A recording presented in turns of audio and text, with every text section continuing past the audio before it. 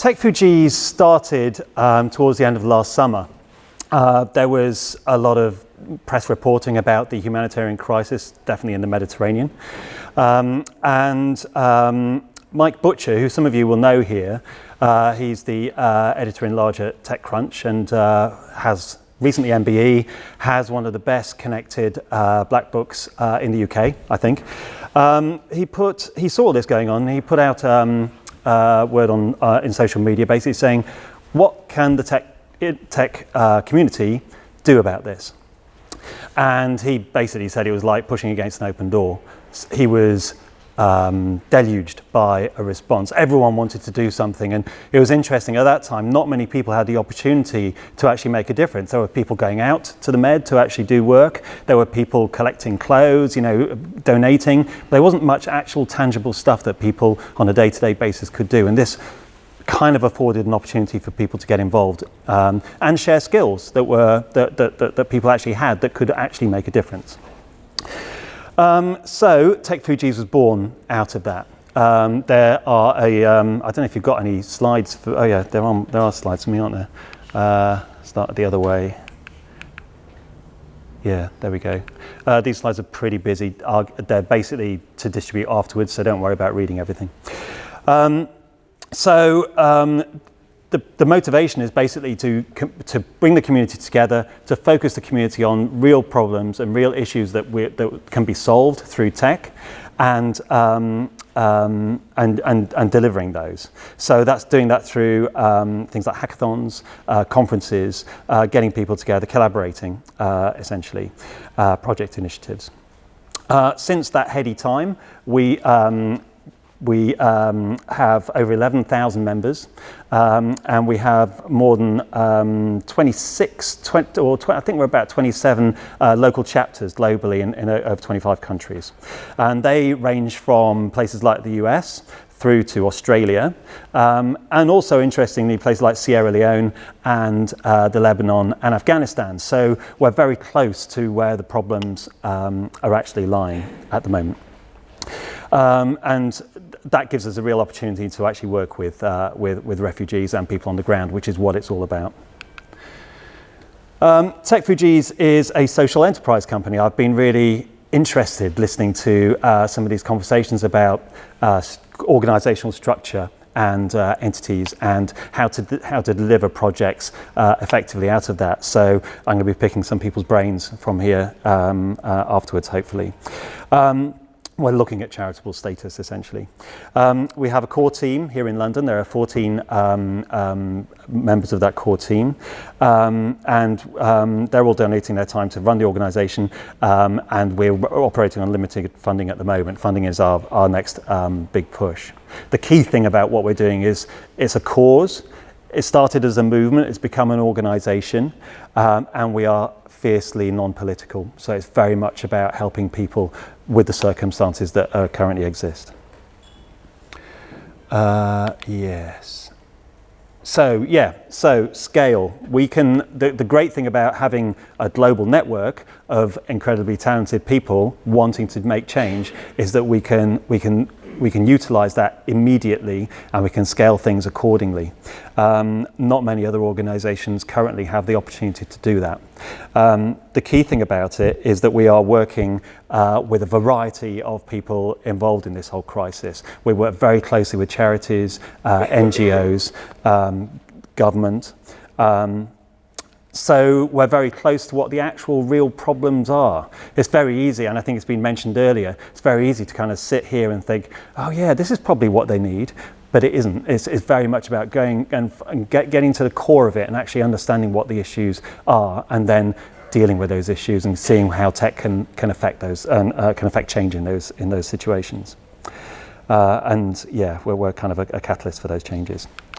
What we decided quite early on was to create a series of goals. and that was based on our understanding of what the issues were. They're probably quite self-explanatory, but just to highlight them very briefly, certainly infrastructure is a key one. Looking at how, so for example, Wi-Fi in the large refugee camps that have become very highly populated of late, Wi-Fi is a real challenge and relatively non-existent. So how do you enable people to get that connectivity? And we're looking at ways of doing that. Education. There's a vast number of children and young adults who are involved in this crisis. How do you benefit them? How do you help that educational aspect of need?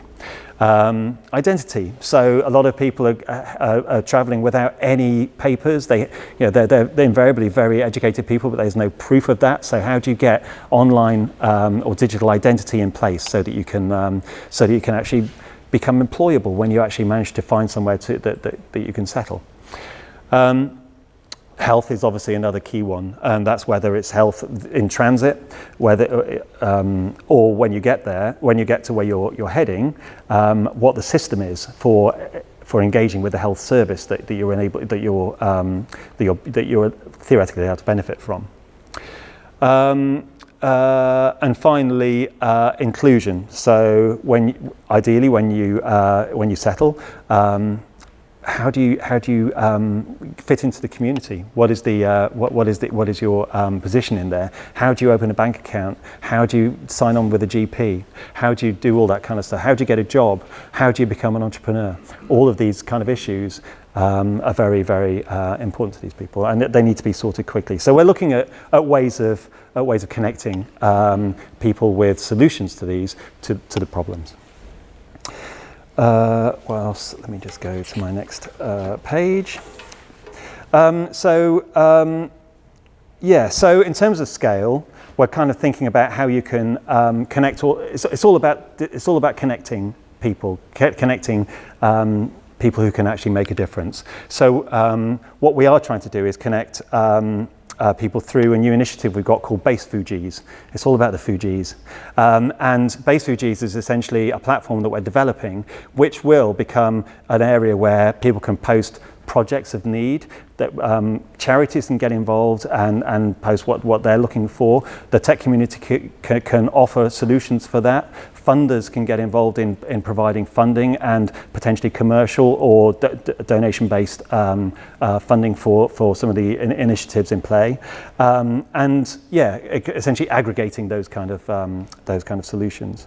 So we're looking for help to make that happen. As you can see on this incredibly busy slide, there are key areas that we need help with, or we want to engage in conversations with, whether it's working with NGOs on an international level. There are partnerships who would directly be able to help us with each one of our kind of goals that we have listed.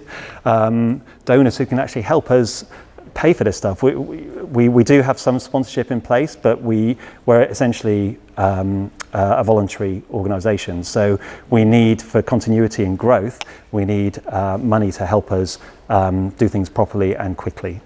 And obviously all the projects which are essentially mounting up. There's lots of initiatives and lots of great work that can be done, and that is being done globally, but we want to do more of it. I think that's the core of what we're doing. In terms of next steps, we're continually evolving. You can contact us on all of this information here. That's my email address and Twitter. Come and talk to me afterwards if there's any, if you want to get involved. I'm sure everyone in this room can in some way, so it would be awesome to build on those, build relationships from this. And if anyone is in Cambridge around at the weekend, or near Cambridge, we have one of our local chapters actually working on a conference, or they have a conference looking at how technology can improve refugee camps and address the question of data security for humanitarian tech projects. So important stuff that is going to be discussed in Cambridge on Saturday. So check out the website for more information on that. I think that's it. Thank you very much.